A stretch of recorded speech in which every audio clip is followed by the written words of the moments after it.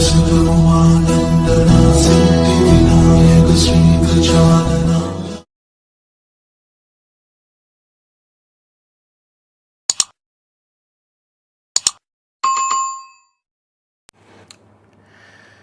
जय हिंद, जय भारत। दोस्तों नमस्कार, स्वागत है आप सबका एक बार फिर से आपके अपने चैनल स्काई स्पीक्स पर।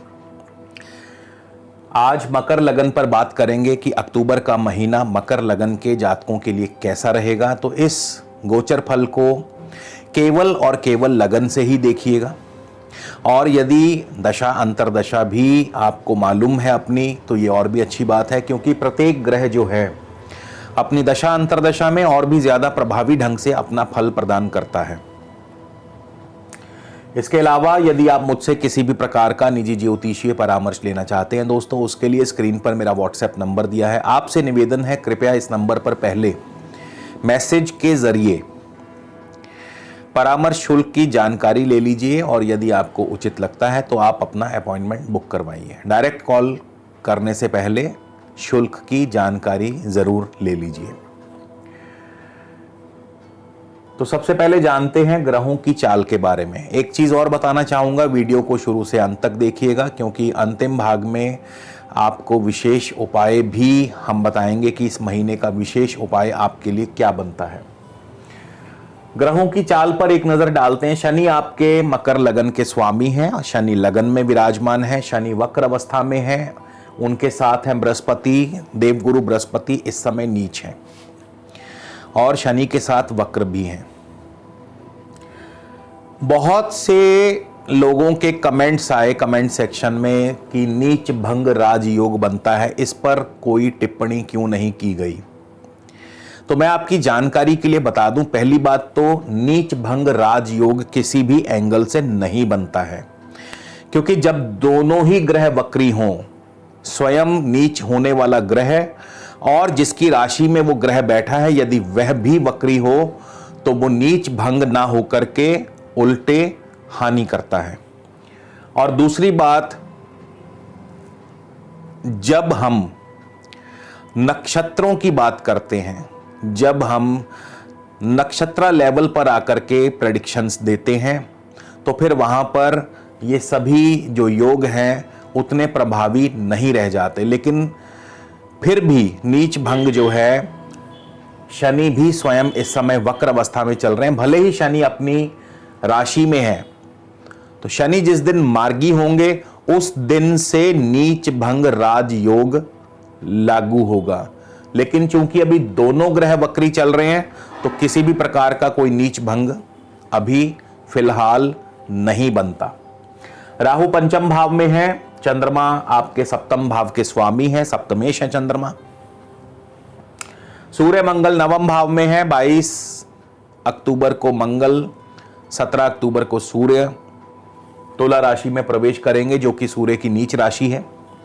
शुक्र एवं बुध 2 अक्टूबर को ही दशम भाव तुला राशि से प्रस्थान कर जाएंगे।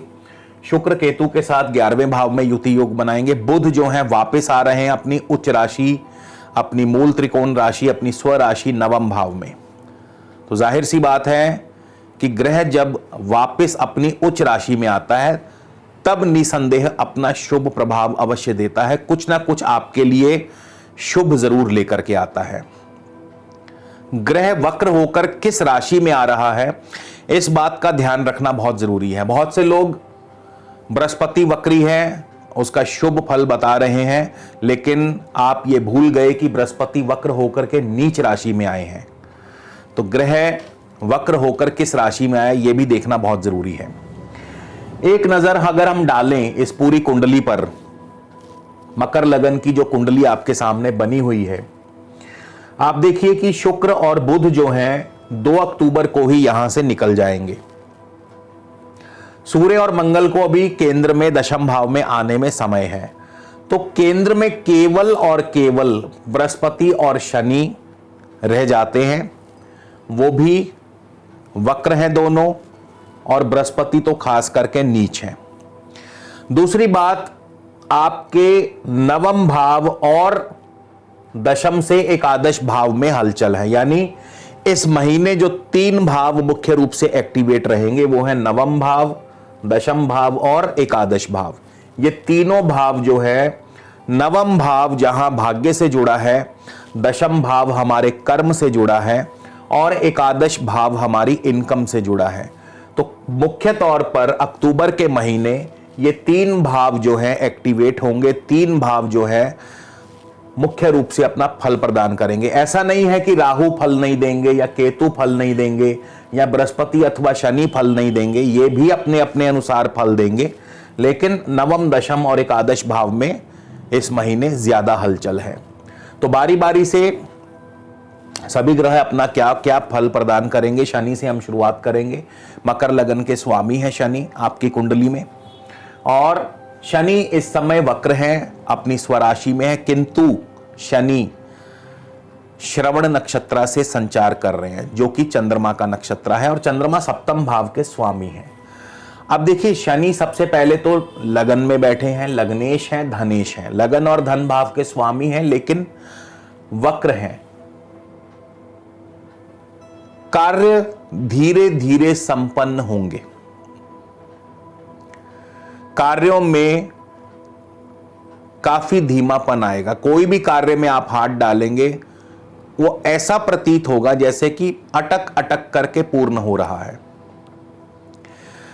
शनि चंद्रमा के नक्षत्र में है, दोनों परस्पर शत्रु हैं, लेकिन फिर भी चंद्रमा सप्तम भाव के स्वामी हैं। और अगर चंद्रमा आपकी अपनी कुंडली में शुभ है तो फिर निसंदेह चंद्रमा के माध्यम से शुभ फल प्राप्त होगा। सप्तम भाव के स्वामी होने के नाते सप्तम भाव वैवाहिक सुख का है, वैवाहिक सुख। अब यहां पे ये कहना कि वैवाहिक सुख की वृद्धि होगी तो गलत होगा, क्योंकि शनि की दृष्टि भी है, बृहस्पति नीच की दृष्टि भी है, तो हमें दृष्टियों का भी ध्यान रखना होगा। तो यहां पर वैवाहिक सुख या दाम्पत्य सुख में आपके अनबन करवा सकते हैं, आपके विवाह में संपन्न होने में विलंब करवा सकते हैं, आपके कारोबार में धीमापन ला सकते हैं, कोई नया प्रोजेक्ट मिलने में देरी कर सकते हैं, क्योंकि शनि एक तो पहले से ही स्लो है, बहुत स्लो है, शनि वक्री भी हैं, चंद्रमा यानी शत्रु के नक्षत्र में भी हैं, और सबसे बड़ी बात यह है कि बृहस्पति और शनि दोनों की सप्तम भाव पर दृष्टि है। तो सप्तम भाव से जनित जितने भी फल हैं उनमें धीमापन ले आएंगे, विलंब ले आएंगे, कार्यों में रुकावटें पैदा करनी शुरू कर देंगे। तो सप्तम भाव जैसे मैंने बताया दाम्पत्य का है, तो दाम्पत्य सुख में थोड़ी सी अनबन कमी करा सकते हैं। सप्तम भाव वैवाहिक सुख का है, विवाह कार्यों में बाधा डाल सकते हैं या डिले कर सकते हैं। सप्तम भाव व्यापार का है, व्यापार धीमा चलेगा। सप्तम भाव जो है नए ऑर्डर्स, नए प्रोजेक्ट्स दिलवाता है, तो वहां पे भी कोई रुकावट दे सकते हैं। सप्तम भाव जो है फॉरेन अफेयर्स का है, तो अभी शनि की दशा अंतरदशा जो है जब तक, और यह केवल 11 अक्टूबर तक रहेगा, ऐसा 11 अक्टूबर के बाद चीजें धीरे धीरे व्यवस्थित शुरू होंगी। क्यों? क्योंकि 11 अक्टूबर को शनि देव मार्गी हो जाएंगे, और जैसे ही शनि मार्गी होंगे तो बृहस्पति का नीच भंग भी होगा, और साथ ही साथ शनि के मार्गी होने के बाद धीरे धीरे ही सही लेकिन कार्य संपन्न होने शुरू हो जाएंगे। शनि की तृतीय भाव पर दृष्टि होगी, तो तृतीय भाव पर दृष्टि, अब शनि की दृष्टि जो है वो खतरनाक है, जहां देखते हैं वहीं पर हानि करते हैं। तृतीय भाव जो है छोटे भाई बंधुओं का है, तो उनके साथ किसी बात को लेकर के अनबन करवा सकते हैं। तृतीय भाव व्यर्थ की यात्राओं का है, छोटी मोटी यात्राओं का है, यात्रा स्थगित हो सकती है, यात्रा में असुविधा हो सकती है। सप्तम भाव पर दृष्टि का क्या फल होगा ये मैंने आपको बता दिया। दशम भाव भी हमारा कर्म भाव है, प्रोफेशन है, तो कर्म प्रोफेशन में धीमापन, यदि आपको कोई तरक्की या प्रमोशन मिलने वाली थी तो उसमें अपनी टांग अड़ा देंगे, कहीं ना कहीं वहां पे आपके लिए दिक्कतें पैदा करेंगे। कारोबार में धीमापन ले आएंगे, कारोबार में परिवर्तन के सूचक है। तो शनि की दृष्टि दशम भाव पर, हालांकि अपनी उच्च राशि पर है, पर हां ये जितने भी फल हैं केवल 11 अक्टूबर के बाद शनि महाराज पॉजिटिव रिजल्ट्स देना शुरू कर देंगे। तो ये सारे फल धीरे धीरे, क्योंकि एकदम से रिजल्ट नहीं मिलेगा, पॉजिटिविटी की तरफ बढ़ना शुरू होंगे। जैसे जैसे शनि अग्रसर होंगे, आगे की तरफ बढ़ेंगे, वैसे वैसे ही रिजल्ट्स जो है पॉजिटिव मिलने शुरू हो जाएंगे। पर शनि क्योंकि चंद्रमा के नक्षत्र में है तो कहीं ना कहीं मानसिक रूप से पीड़ा अवश्य देते हैं। अब हम बात करेंगे देवगुरु बृहस्पति की। बृहस्पति भी 18 अक्टूबर तक ही वक्री रहेंगे और जिधर शनि 11 अक्टूबर को मार्गी होंगे, वक्र अवस्था से निकल जाएंगे, तो बृहस्पति का नीच भंग होगा। लेकिन 18 अक्टूबर तक बृहस्पति फिर भी वक्री हैं तो उतना शुभ फल नहीं दे पाएंगे। तो बृहस्पति की दशा अंतरदशा, अब देखिए बृहस्पति तृतीयेश भी है और द्वादशेश भी है। तृतीयेश और द्वादशेश होकर के लगन में बैठे हैं, नीच राशि में बैठे हैं, वक्र अवस्था में बैठे हैं। तृतीय भाव, द्वादश भाव ये यात्राओं का है, विदेश यात्राओं का है।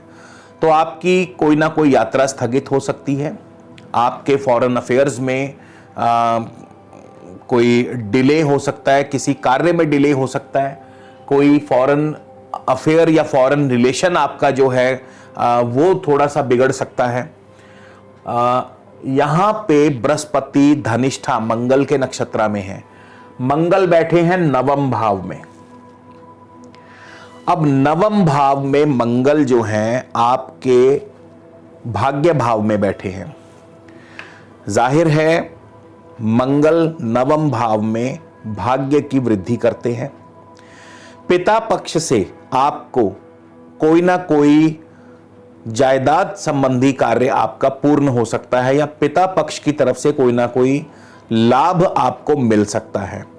यदि आप विद्यार्थी हैं, पढ़ाई कर रहे हैं, एजुकेशन में हैं, तो आपको बहुत ही बढ़िया सफलता मिलने वाली है। कोई प्रतियोगी परीक्षा या कोई कॉम्पिटिटिव एग्जाम्स आने वाला है तो उसमें आपको सफलता मिलने वाली है, क्योंकि मंगल चतुर्थ और लाभ स्थान के स्वामी हैं। तो भूमि, भवन, वाहन, कृषि और शिक्षा इन क्षेत्रों में सफलता अर्जित करवाते हैं। मंगल की अष्टम दृष्टि है अपने राशि के ऊपर। छठा नवम भाव जो है ये मातृ स्थान से छठा पड़ता है, तो माताजी की सेहत और स्वास्थ्य पर इसका प्रतिकूल प्रभाव पड़ सकता है। संतान से पंचमस्थ होने के नाते संतान की वृद्धि, संतान से सुख प्राप्त होता है। और इसके अलावा लाभ स्थान का स्वामी है मंगल, सर्व कार्यों में लाभ और सफलता भी दिलवाते हैं। लेकिन ये लाभ जो है आपको और भी बेहतर मिलेगा जब 18 अक्टूबर के बाद से बृहस्पति भी मार्गी हो जाएंगे। तो 18 अक्टूबर से बृहस्पति मार्गी होंगे और जाहिर है कि मार्गी होने के बाद और भी मंगल के माध्यम से शुभ फल प्रदान करेंगे। और 22 अक्टूबर को ध्यान दीजिए, 22 अक्टूबर को मंगल चले जाएंगे दशम भाव में। दशम भाव में मंगल दिग्बली, स्थान बली हो जाते हैं। तो नौकरी कारोबार में जो तरक्की रुकी हुई थी, जो प्रमोशन रुकी हुई थी, वो आपको मिल जाएगी। कारोबार खूब बढ़िया चलेगा, जमीन जायदाद से खूब अच्छा लाभ होगा, मित्रों से आपको बहुत लाभ होगा। तो बृहस्पति की दशा अंतरदशा, भले ही बृहस्पति नीच है, लेकिन उसके बावजूद 18 अक्टूबर और 22 अक्टूबर के बाद से बृहस्पति आपको बहुत ही शुभ फल प्रदान करने वाले हैं। और बृहस्पति पर अभी थोड़ी सी चर्चा बाकी है। बृहस्पति की पंचम भाव पर दृष्टि रहेगी, तो पंचम भाव पर नीच बृहस्पति की दृष्टि 18 अक्टूबर तक थोड़ा बहुत दिक्कत परेशानी दे सकती है। शेयर मार्केट में निवेश मत कीजिएगा। और 18 अक्टूबर के बाद वही बृहस्पति की जो दृष्टि है आपको शुभ फल प्रदान करने लगेगी। फिर बृहस्पति की सप्तम भाव पर दृष्टि है, 18 अक्टूबर के बाद दाम्पत्य सुख में वृद्धि करते हैं। और नवम भाव पर दृष्टि बृहस्पति की, ये भी जैसे ही बृहस्पति मार्गी होंगे 18 अक्टूबर के बाद शुभ फल देने आरंभ कर देंगे। तो शनि और बृहस्पति लगभग जो इस माह का जो पूर्वार्ध है, अक्टूबर का जो पूर्वार्ध है, थोड़ा सा आपके कार्यों में डिले होगा, लेकिन धीरे धीरे जो गाड़ी जो है वो अपनी पटरी पर लौटनी शुरू हो जाएगी। राहु पंचम भाव में बैठे हैं। राहु पंचम भाव में कभी भी शुभ फल नहीं देते हैं। पंचम भाव में राहु, जिनको भी अब ये बात कर रहा हूं जिनको राहु की दशा अंतरदशा चल रही है, तो जिस ग्रह की मैं बात करता हूं उस ग्रह की दशा अंतरदशा भी यदि चल रही हो, तो जैसा कि मैंने बताया कि प्रत्येक ग्रह अपनी दशा अंतरदशा में ज्यादा प्रभावी हो जाता है। तो राहु पंचम भाव में है, पंचम भाव में राहु संतान के लिए शुभ नहीं है, खास करके गर्भवती महिलाओं को ध्यान रखना चाहिए अपना। और शुक्र की राशि में है, शुक्र की राशि में है लेकिन नीच बृहस्पति से दृष्ट भी है। जहां एक तरफ बृहस्पति अभी 18 अक्टूबर तक दिक्कतें पैदा करेंगे, संतान पक्ष की तरफ से लव लाइफ में दिक्कतें पैदा करेंगे, वहीं शुक्र जो है पैचअप करने का काम करेंगे, क्योंकि शुक्र 2 अक्टूबर को चले जाएंगे लाभ स्थान में। लेकिन फिर भी हिदायत है कि आप अभी खास करके शेयर मार्केट में बहुत सोच समझ के निवेश कीजिएगा, क्योंकि मैं जानता हूं कि शुक्र जैसे ही लाभ स्थान में पहुंचेंगे तो लोभ अवश्य देंगे। लालच में आकर के अभी आप उतना बड़ा रिस्क मत लीजिएगा, छोटे छोटे रिस्क लेकर के ही आगे बढ़िएगा। और क्योंकि शुक्र दशमेश भी हैं तो कारोबार की वृद्धि भी करेंगे, धीरे धीरे कारोबार भी अच्छा चलने लगेगा राहु की दशा में। तो एक तरफ जहां बृहस्पति की दृष्टि थोड़ा सा कार्यों में विघ्न पैदा करती है, वहीं दूसरी तरफ शुक्र जो है आपके कार्यों में सफलता दिलाने लगेंगे। खास करके शुक्र का जो संबंध है आर्ट्स, कला, कल्चर, डिजाइनिंग, फैशन, इन सभी क्षेत्रों से है। तो इन क्षेत्रों से यदि आप जुड़े हैं तो आपको निसंदेह शुक्र के माध्यम से राहु की दशा में लाभ अवश्य मिलना शुरू हो जाएगा। चंद्रमा की बात कर ले, चंद्रमा सप्तमेश है। अब चंद्रमा जो है बहुत जरूरी हो जाता है कि चंद्रमा आपकी कुंडली में कैसे हैं। यदि आपकी कुंडली में शुभ है तो चंद्रमा निसंदेह अपनी दशा अंतरदशा में शुभ फल प्रदान करेंगे। हालांकि बृहस्पति शनि की दृष्टि है, लेकिन जैसा मैंने बताया कि 18 अक्टूबर के बाद धीरे धीरे चीजें जो हैं नॉर्मल होनी शुरू होंगी। तो चंद्रमा की दशा अंतरदशा भी 18 अक्टूबर के बाद और भी ज्यादा शुभ फल प्रदान करेगी। नौकरी व कारोबार में तरक्की, फॉरेन अफेयर्स में आपको अच्छे संबंध आपके जुड़ेंगे यदि आप इंपोर्ट एक्सपोर्ट में हैं। इसके अलावा दाम्पत्य सुख में भी वृद्धि करते हैं और कई तरह से चंद्रमा की दशा अंतरदशा में आपको शुभ फल प्राप्त होंगे। मंगल की दशा अंतरदशा कैसी रहेगी? तो मंगल जो है आपके 1 अक्टूबर को हस्त नक्षत्र चंद्रमा के नक्षत्र में होंगे। मंगल चंद्रमा के नक्षत्र में है, चंद्रमा सप्तमेश है। सप्तम भाव, जिन जिन बातों से सप्तम भाव का विचार किया जाता है, मंगल के माध्यम से उन सभी बातों में शुभ फल प्राप्त होंगे। कारोबार की वृद्धि होगी, फॉरेन अफेयर्स आपके मजबूत होंगे, नए ऑर्डर्स आपको मिल सकते हैं, दाम्पत्य सुख की वृद्धि होगी, वैवाहिक सुखों में या विवाह के योग आपके बना देते हैं। और ये और भी ज्यादा शुभ फल इस महीने के पूर्वार्ध के बाद और भी बेहतर तरीके से मिलने शुरू हो जाएंगे।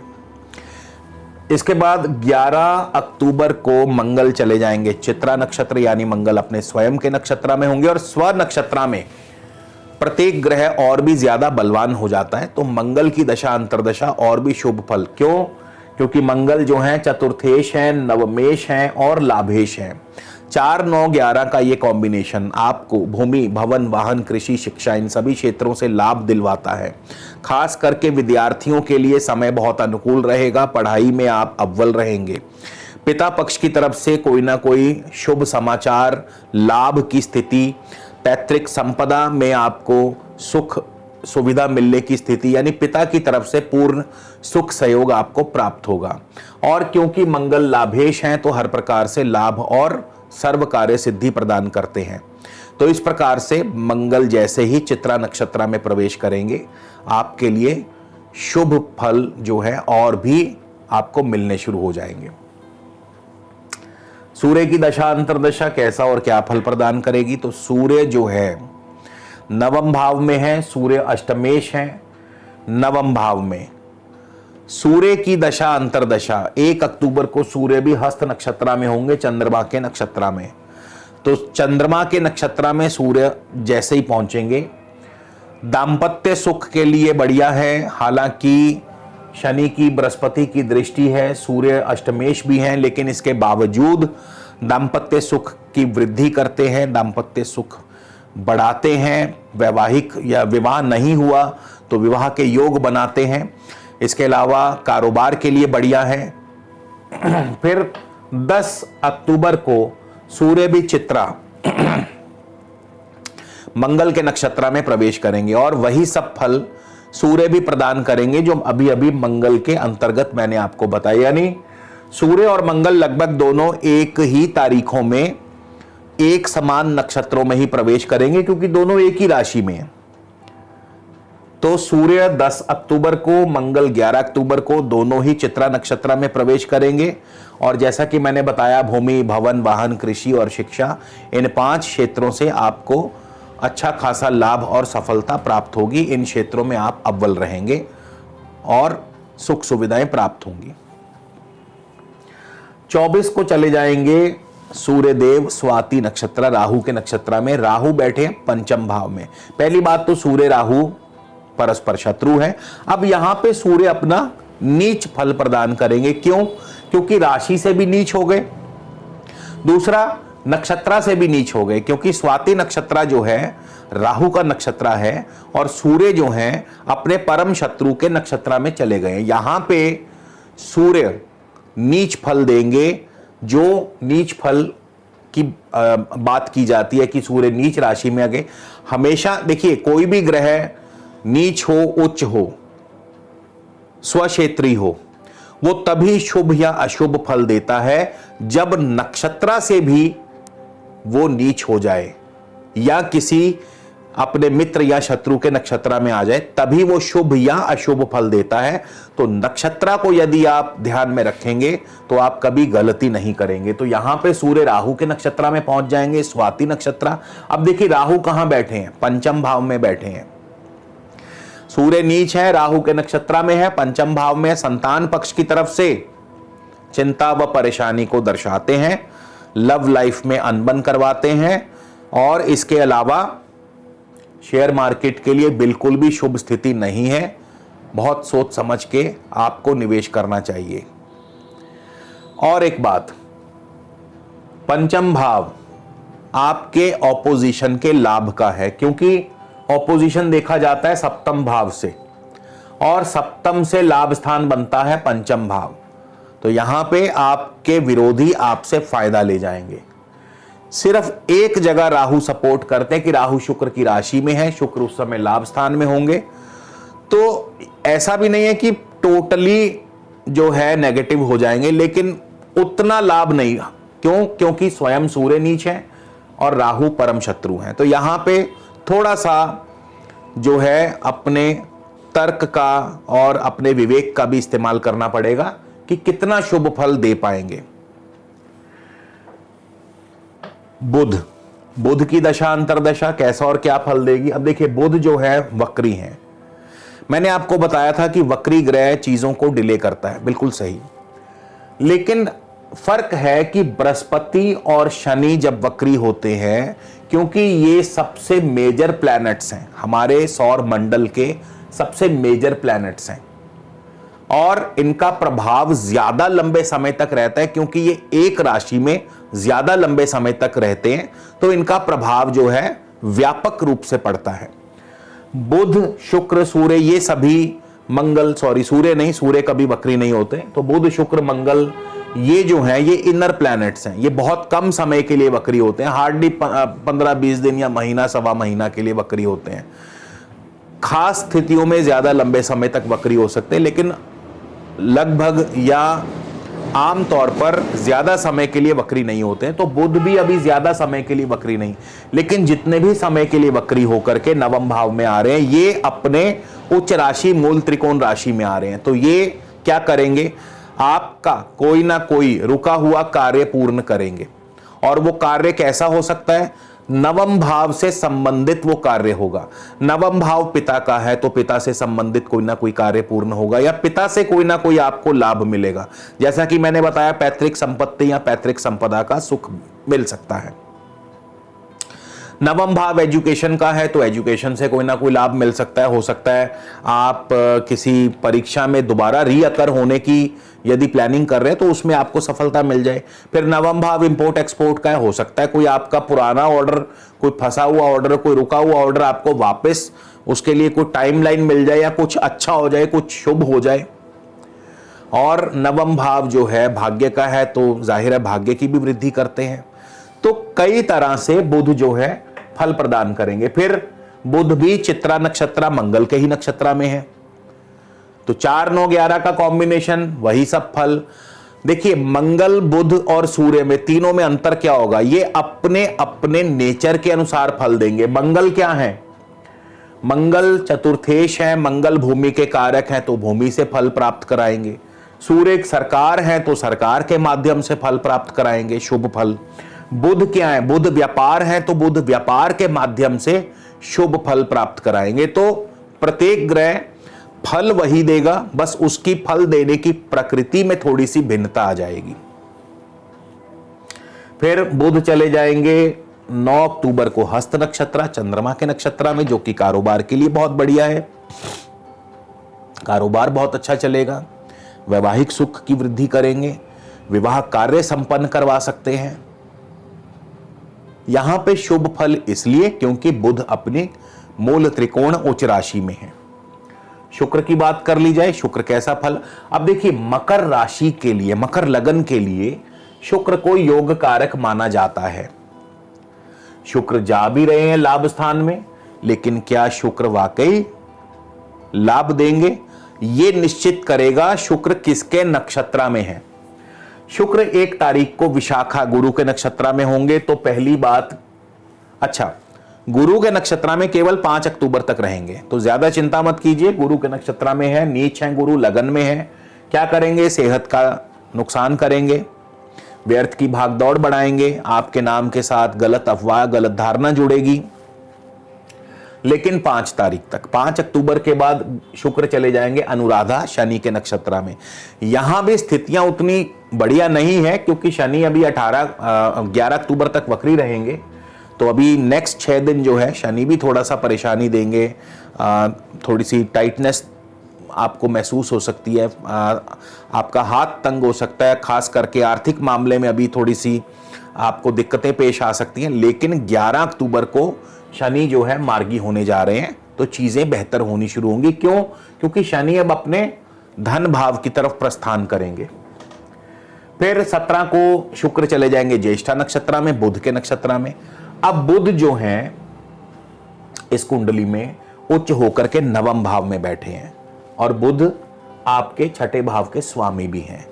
तो क्या करेंगे, अब यहां पे बुध की स्थिति शुभ है। शुक्र जो अभी तक उतना बढ़िया फल नहीं दे पा रहे थे, 17 अक्टूबर के बाद शुक्र शुभ फल प्रदान करेंगे, क्योंकि षष्ठेश बुध। अब 6ठा भाव ये है नौकरी का, नौकरी में तरक्की, नौकरी में परिवर्तन भी हो सकता है तरक्की के साथ। इसके बाद 6ठा भाव शत्रुओं का है, शत्रु थोड़ी बहुत परेशानी दे सकते हैं। 6ठा भाव रोग का है, रोग से आपको निजात मिलेगी। यहां पे बुध जो है शुभ फल ही प्रदान करेंगे। और शुक्र जो है बुध के नक्षत्र में, बुध नवम भाव में इंपोर्ट एक्सपोर्ट से लाभ कराते हैं, पिता पक्ष से लाभ कराते हैं, आपको पढ़ाई में आपको अव्वल रखेंगे। यानी कि शुक्र 17 अक्टूबर के बाद से शुभ फल प्रदान करेंगे। केतु की बात कर ले, केतु कैसा फल देंगे। केतु लाभ स्थान में है, अच्छे भाव में, शुभ भाव में है, मंगल की राशि में है, मंगल भी नवम भाव में है, चतुर्थेश और लाभेश हैं, जमीन जायदाद से लाभ मिलेगा, शिक्षा से पढ़ाई से लाभ मिलेगा, नए भूमि नए भवन का सुख प्राप्त हो सकता है, नए वाहन का सुख प्राप्त हो सकता है, और इसके अलावा पिता से आपको लाभ होगा। तो यहां पे केतु भी आपके लिए बहुत शुभ फल, सर्व कार्य सिद्धि, सर्व कामना सिद्धि दिलवाते हैं। इसमें कोई दो राय नहीं कि केतु की दशा अंतरदशा भी आपको बहुत शुभ फल, नौकरी में, कारोबार में तरक्की, प्रमोशन, एक्सपेंशन, ये सभी चीजें दिलवा सकते हैं। तो इस प्रकार से नवग्रह जो हैं अपना शुभाशुभ फल आपको प्रदान करते हैं। अब हम बात करेंगे आपके विशेष उपाय के बारे में। चलिए दोस्तों, बात करते हैं विशेष उपाय के लिए। उससे पहले जान लेते हैं इस महीने का मकर लगन के जातकों के लिए शुभ रंग हरा व सफेद रंग आपके लिए शुभ है। इस महीने इसका ज्यादा से ज्यादा प्रयोग कीजिएगा। इसके अलावा बुधवार एवं शुक्रवार आपके लिए शुभ रहेंगे। इन दिनों में कोई भी शुभ कार्य किया जा सकता है। 7 अक्टूबर, 8 अक्टूबर, 16 एवं 17 अक्टूबर यह दिन भी आपके लिए शुभ रहेंगे। और इस महीने का जो विशेष उपाय है, 1.25 किलो साबुत बादाम मंदिर में भेंट कीजिए। 1.25 किलो साबुत बादाम मंदिर में प्रभु के चरणों में अर्पित कीजिए, भेंट कीजिए, तो निसंदेह आपको शुभ फल प्राप्त होंगे और किसी भी प्रकार का कोई भी अशुभ फल नहीं मिलेगा। इसी के साथ आप सभी दोस्तों से, मित्रों से विदा लेता हूं। अगले वीडियो में आपसे फिर मुलाकात होगी दोस्तों। तब तक के लिए नमस्कार, जय हिंद, जय भारत।